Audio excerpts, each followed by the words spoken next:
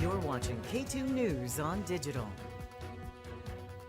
Good morning, everybody. Welcome into today's digital newscast. And we have some big news. I have Emily Girsch here. We've been talking about it all morning, the train derailment on the Steel Bridge. And Emily, the Steel Bridge, they just announced it's back open. Yes, just in the last half an hour, Noel, shortly before 10:30, ODOT said that the upper deck is open to car and pedestrian and bike traffic. We know that the bridge closed around 6 a.m. when this derailment happened. So I think a lot of people weren't expecting it to be open so quickly, but here it is. It's open. Some good work there. Let's take a live look, actually, and see what it looks like right now. So, yeah, this is a live look. This is over at the Steel Bridge, and you can see the part of the freight train that's just kind of toppled over right there, Emily. And then I also see workers in green vests. You know, I'm sure they're trying to clean it up and investigate and figure out what caused this train derailment. So when you were there, did they say anything about the cause? I know the PIO for Portland Fire and Rescue was out there. Did they address that? Yeah, Portland Fire and Rescue says, you know, they don't know the cause yet. The train is jointly owned by both ODOT and Union Pacific. Union Pacific investigators, engineers are on the scene to investigate the structural stability. We do know that 6 cars were involved in the derailment. 2 cars, empty lumber cars, totally fell off the tracks. They were empty cars. We don't know what was inside the other 4 cars, but a hazmat team for Portland Fire and Rescue said that there are no leaks or danger to the public. Of the cars that derailed, 4 of them are leaning. And I mean, you can kind of see it, like right over there, all the way to the left and kind of towards the back. Yeah, we have Evan. Thank you for zooming in right there. One of them is leaning against a structural support column that you can see there. So that is Union Pacific. That is their job to investigate, you know, the structural integrity of that beam right there. But I think it's a good sign that at least the upper deck has opened to car and pedestrian traffic. We were initially told early this morning that this could take a long time to reopen. And then we know that this bridge doesn't go up the same way that the Burnside Bridge does. So they told us that, you know, it would temporarily stall boat traffic as well, Noel. Yeah, that would have been. That would not have been good, Emily. I mean, thankfully, no injuries. It was open pretty quickly. And I know earlier I was listening to kind of some of what the PIO and the other officials on the scene earlier were saying. And they were really talking about making sure that this bridge is structurally safe before they reopened it. So I do just want to play what they said because I think it's important. We need to hear this. Let me get this over here. Yeah, so these are, this is from earlier. This is Portland Fire and Rescue on the scene earlier this morning. Again, we're operating an abundance of caution here. We don't know if there's any structural damage, but if there's any chance of structural damage, obviously safety is a paramount concern. So we're going to shut down the bridge until we have that fully assessed and we know it's safe for folks to use. Yeah, we know that multiple agencies responded to this derailment. We had ODOT, Portland Fire and Rescue, and then, of course, Union Pacific. Now, this bridge was built in 1912, so it's over 100 years old. So we have to take that into consideration as well here. Yeah, I'm just, with you saying that as well, I am just, that train on that steel beam, I mean, luckily it didn't completely come down. Yeah, I think the Baltimore Bridge collapse has people kind of on high alert right now. So it's good to know that they are, you know, really taking this seriously and making sure that it's safe for people. Again, fortunately, no one was injured here. And then even on Friday, outside Arizona, there was another train derailment, like right by the highway. So I think after that incident over in East Palestine, Ohio, it kind of just has everybody on alert for these train derailments. Yeah, I mean, you have older materials, you know, aging infrastructure, and you know, who knows what could happen. So it's good to have you know, all that extra scrutiny of the bridge's stability. Yeah, so like we mentioned, operated by Union Pacific, they're investigating what caused that. Of course, we at K2 will be keeping up with that story. It is just great to see that it's back open, though. They were saying possibly even the evening commute. Luckily, that didn't happen. I did reach out to Union Pacific. I reached back out to them in the last hour for an update on that beam that the car hit. I haven't heard back, but we do expect to hear back from them at some point. about their assessment as they finish up their investigation. Yeah, and I know once you get that from Union Pacific, you will bring that to us, Emily. So thank you so much for going out there and checking that out. Not what we thought this Monday morning was going to bring today. You never know what's going to happen around here. But just glad that everybody is safe. The steel bridge is back open, but there was a traffic impact. There may still be a little bit of a traffic impact, so let's bring in our traffic anchor, Sarah Bagby. Emily has got to go back to reporting now. That's right. She's always running around. But thank you, Emily. We do appreciate you going out there for us. Yeah, absolutely. All right, let's bring in Sarah Bagby now. And Sarah, we were seeing some traffic impacts from it earlier this morning. Busy this morning, right? Yeah, Can you yeah. imagine? But the truth is, with all the other bridges, it wasn't a huge impact once people realized they could jump on the other bridges. So that was good. I think the main impact, which is still kind of an effect, are people who are taking TriMet or Max. Yeah. Let's bring that up because there were some disruptions with TriMet and Max this morning and the Max trains. Specifically the blue and red line, really. It's pretty much between Old Town or Chinatown and over, just basically over by Wilder, the Rose Quarter. Those are the areas that we're seeing delays, and a lot of the Max and TriMet are still kind of on these schedules. So what they're doing is they're rerouting people on shuttle buses. So even if you were planning on taking the rails, you may be put on a bus. And of course, this is going to start to settle over the day. So my recommendation to anyone who is taking Max or TriMet today is right now, just know that you will be rerouted automatically. You can go out as normal, but give yourself extra time for the delays. Otherwise, if you're going out, say, in 2 hours, then maybe just check online. You can go to TriMet /alerts and then .org. That's it. It's really easy. You can just check it out and they'll let you know. But right now, that's where we are with that. All right. Well, thank you for that, Sarah. And on the roads, are you seeing any delays from? I mean, it's back open now, but just from when it was closed. I mean, at first there was a little bit of a delay right around the bridge, I-5, 84, just around 6 a.m., but only for about 30 minutes because everyone. I mean, ODOT was so good. They were rerouting people right from the beginning. So we were just taking people across the other bridges, and it worked out fine. Yeah, some great news. Everybody got to work on a Monday morning. Okay. Always scary with these bridge things. It's funny how it happens. I know. You got the Baltimore Bridge, then all these bridge incidents, right? And they're all it's big deal because so everyone's scary, aware of it. But I mean, hey, we lucked out in a way. We did. It was nobody was hurt, and we got it open very quickly. So good job, props Portland. to ODOT for getting out there. Yeah. Portland Fire and Rescue responded. A bunch of agencies great responded. crews today. Great crews out there. And then, Sarah, I want to, we are going to be following this steel bridge closure story all day. Still a lot of questions about what caused it. But I do want to talk about another story we're following, Sarah. This one's very interesting. So the Port of Portland's going to end container shipping operations on October 1st. I'm not going to lie. I didn't really know too much about this story at first.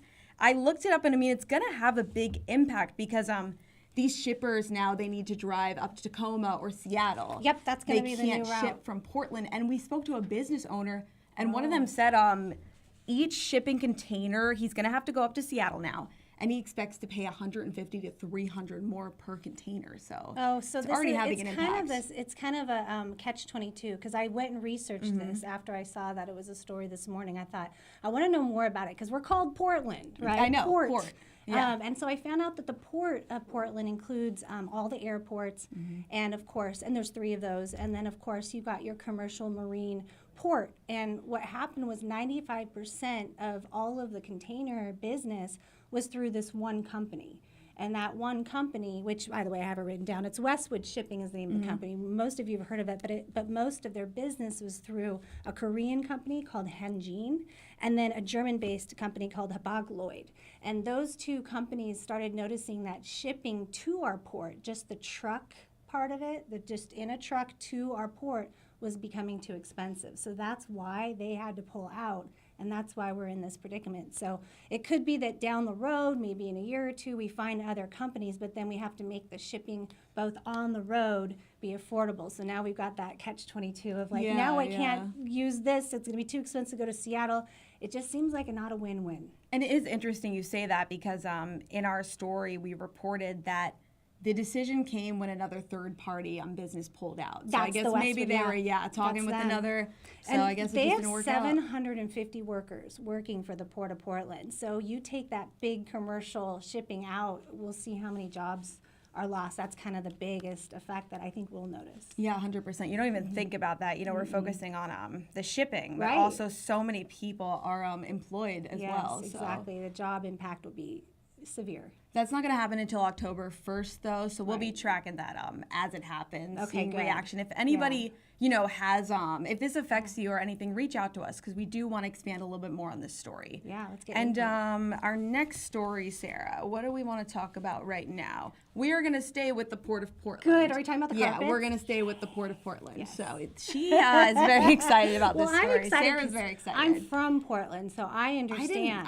I didn't know what this was, but I'm very excited for you to tell me all about it. Well, it's the carpets. You guys all know about the carpets in Portland, and if you don't, you're like, Noelle, you learned when you moved here, like, what is the big deal with the carpets? In fact, there it is. There you are. So I guess this is part of like social media craze too. Did you ever take a picture of your feet on the carpet, Noelle? No, I didn't. So you have to now that you know this. I don't think I've ever seen this carpet. So that's the original one that was removed in 2015. And I will tell you that I know where that carpet is now. It's over at Green Acres in North Portland in the St. John's area. It's right next to the Cathedral Park there, but they actually have it in their offices there. I sometimes that's go over there, awesome. so I get to see it. But the funny thing about it is that a pretty carpet? It reminds me of, like, I don't know, something you would see in, like, the Rugrats or something like that. I don't know. It's very 90s, though. I love it. Oh, okay. And then see, that was back, well, I don't know, maybe this is from the 90s when they removed it then. So we've had several carpets. In 2015, they pulled out the old one, so the one I was talking about was that. This is, I think, the newer one, and I guess they're going to put one just like it in. So we'll never miss the old carpet because we're going to have the same design. It's like rolling out the red carpet, but it's the teal Well carpet. said. Yeah, we're rolling out the teal, I don't know, Portland PDX carpet. I'm excited to see it. Let's see. It's going to be back in August. So Okay. yeah, When when the we'll renovations hold you are to that done. PDX. Everything keeps getting pushed a little. We're all excited to see the new construction being done. Maybe it's been pushed because they're working so hard on They the are carpet. working hard. Listen, There we you got to go. perfect it if it's All got a right. cult following. That's like right. that. It's worth it for the carpet. All right, let's do our weather forecast now, Sarah, we because have I'm just very to? curious about flights getting out of the Port of good point, Portland. yeah. If there's going to be any issues. It is going to be raining and a little bit cloudy for the next 7 days. But the good news is you don't have to go out and water your garden because it's being done for you. So today's a little bit chilly. You probably noticed it, a little bit cloudy. And we are going to continue having those showers on and off for the next 5 days. In fact, our driest day may be Wednesday because we get a little bit of a break after a few showers, and then another break on Friday. But notice these temperatures, they really don't warm up until the weekend. So we have the weekend to look forward to. And again, we'll probably have some sun breaks throughout this entire week. Now today specifically, though, I do want to warn you there are some thunderstorms on their way into the Portland area. Vancouver will see them, the coast, and a little bit of hail too. Hail. Oh my You gotta gosh. throw in a little bit of hail in there, which also, though, when you got hail and thunderstorms and a little sunbreak, rainbow. That is perfect rainbow weather. Yes. Think of the positives Always from there to do hail. that for you. And this is a kind of an offbeat story. It's about zebras, Sarah. Oh, I love yeah, this yeah, story. yeah. I wanted this to happen to me. I was They jealous. were running loose on the road over in North Bend, Washington. They saw some surprising wildlife. I feel like we just need to see these zebras to really understand the story we're talking about. Yeah, now when I did listen to one woman who had these show up in her yard, they went to a nearby yard, so she was calling, probably the police, but there's 4 zebras in my yard. Yeah, I don't know what I would do. I would just be like, there's zebras. What happens next? Wasn't there like a circus or a circus carnival? clown. Yeah, Yep. was involved in this story. Tell me about this. So these guys were going through town to get to Montana, and when they actually broke free from their truck, I don't think there was an accident. They just kind of got out of the truck when it was parked or something like that. Nothing dangerous, no one getting hurt, no zebras hurt. And then they're all trying to get them. In fact, one of them is still missing, so they're still trying to recover one. But one of the people passing by was a traveling carnival, and so the rodeo, I just like, how is this real? clown gets out and helps round up these zebras. So I'm just, picture this, right? This really happened yesterday in Washington, so pretty cool. What is going on? Like, it's just like zebras on the loose on the road is enough, and then you just like add in a clown. It doesn't seem real. It honestly. doesn't. The best we ever get in Portland is like a peacock from the zoo maybe in your yard. We do get that, and then I get excited if that happens. But Maybe we'll get zebras one day. yeah, it'd be nice. Or maybe the baby penguin or orangutan. I don't know. Anytime any kind of animal gets out, it's exciting. I don't think we need that here, though. We already have enough to deal with. Maybe. All right. Well, before we get to to what we're doing today, which we're just going to be following up on this steel bridge story. I mean, so many questions. And let's take another live look right now. For anybody just now tuning in, the steel bridge is back open. This is a live look at the freight train that derailed this morning. It happened at around 6 this morning, and then the bridge was reopened at about 10:30. So we are still looking into what caused this. We haven't gotten much information on that, but the bridge is now reopened back to traffic, so that is some good news there, Sarah. Not too much of a traffic impact. That's right. Pedestrians also, everyone can get by all that, so that's looking good. The only impact I want to remind everyone is if you are taking TriMet or Max in the next few hours, make sure you check the alerts.org. It's TriMet/alerts.org, just to make sure that your train is going to be on time, or give yourself some extra time. Yeah, 100%. And we'll be looking into what caused this. We'll have the latest today at 4, 5, and 6. Actually, we have a special schedule because of American Idol. So that's special. Well, that's something to talk about, too. Yeah, Maybe we'll talk about that 100%, tomorrow. for sure. Well, everybody have a great day. I would say enjoy the weather out there, but it's really gross. So.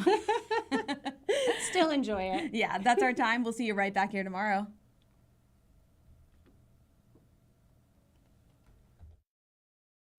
This has been a K2 News Digicast. K2 News is on your side.